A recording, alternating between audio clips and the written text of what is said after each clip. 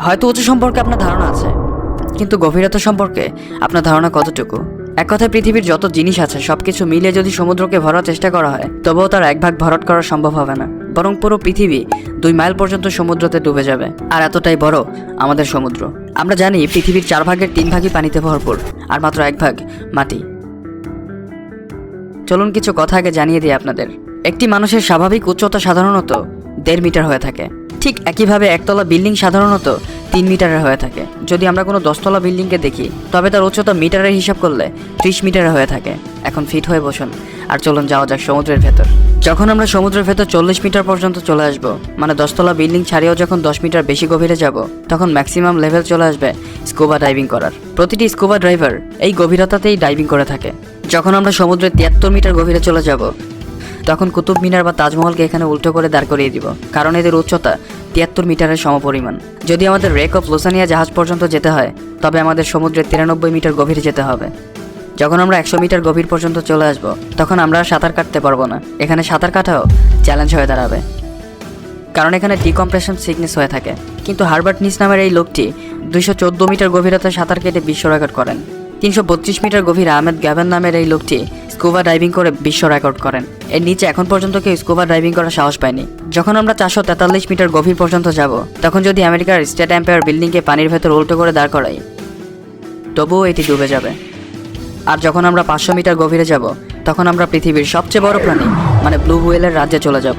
দেখতেই পাচ্ছেন আমরা অনেক গভীরে চলে এসেছি, কিন্তু ভয় পাবেন না, এগুলো মাত্র শুরু। এখনও আমাদের অনেক গভীরে যেতে হবে। যখন আমরা 535 মিটার গভীরে চলে যাব, তখন আমরা এম্পায়ার পেঙ্গুইন্সের এলাকায় চলে যাব। আরও নিচে যেতে যেতে যখন আমরা 830 মিটার গভীরে চলে আসব, তখন এতটাই নিচে চলে যাব যে যদি পৃথিবীর সবচেয়ে উঁচু বিল্ডিং ব্রুজ খলিফাকে উঠিয়ে সমুদ্রে উল্টো করে ধরি, তবুও এটি ডুবে যাবে। ভাবুন একবার কোথায় চলে এসেছি আমরা। আরও নিচে যেতে যেতে যখন আমরা 1000 মিটার গভীরে যাব, তখন আসবে স্ক্যারি জোন।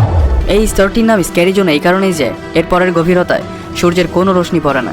এই স্তরের পরে শুধু অন্ধকার আর অন্ধকারই দেখাবে।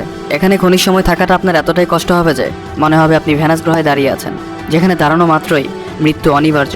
এই স্তরে জায়ান্ট স্কুইডও পাওয়া যায়। কষ্ট করে আরও গভীরে যেতে যেতে যখন আমরা 1280 মিটারে চলে যাব, যেখানে লেদারব্যাক নামের কচ্ছপ বসবাস করে।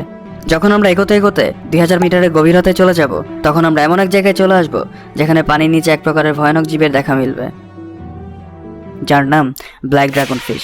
খুবই মারাত্মক হয়ে থাকে মাছটি, সাবধান।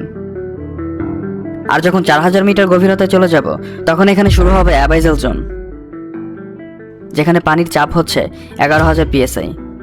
এখানে আমরা এলিয়েন টাইপের জীবজন্তুদের দেখা পাবো, যাদের নাম ফিংটুথ, অ্যাঞ্জেল ফিশ আর ভাইপার ফিশ। এরপর যখন 4267 মিটার গভীরে চলে যাব, তখন সমুদ্রের অ্যাভারেজ গভীরতে চলে যাব, কিন্তু সমুদ্র এর থেকেও বেশি গভীর। চলুন আরও গভীরে যাওয়া যাক। যখন আমরা 6000 মিটার গভীরে যাব, তখনই শুরু হবে হ্যাডাল জোন।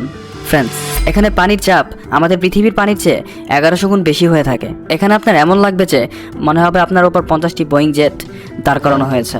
এখানে যে কোনো মানুষের মৃত্যু হতে 1 সেকেন্ডও লাগবে না, কিন্তু আমরা তো চলে এলাম ঠিকই, তাই না? যখন আমরা আরও আগে যেতে যেতে 6500 মিটার গভীরে যাব, তখন আমরা ডিএসবি এলভিন সাবমেরিনের দেখা পাবো, যাকে পাঠানো হয়েছিল টাইটানিক জাহাজকে খোঁজার জন্য। ভিডিও আপলোড হওয়ার সাথে সাথে দেখতে চাইলে সাবস্ক্রাইব করে বেল আইকনটিতে ক্লিক করুন।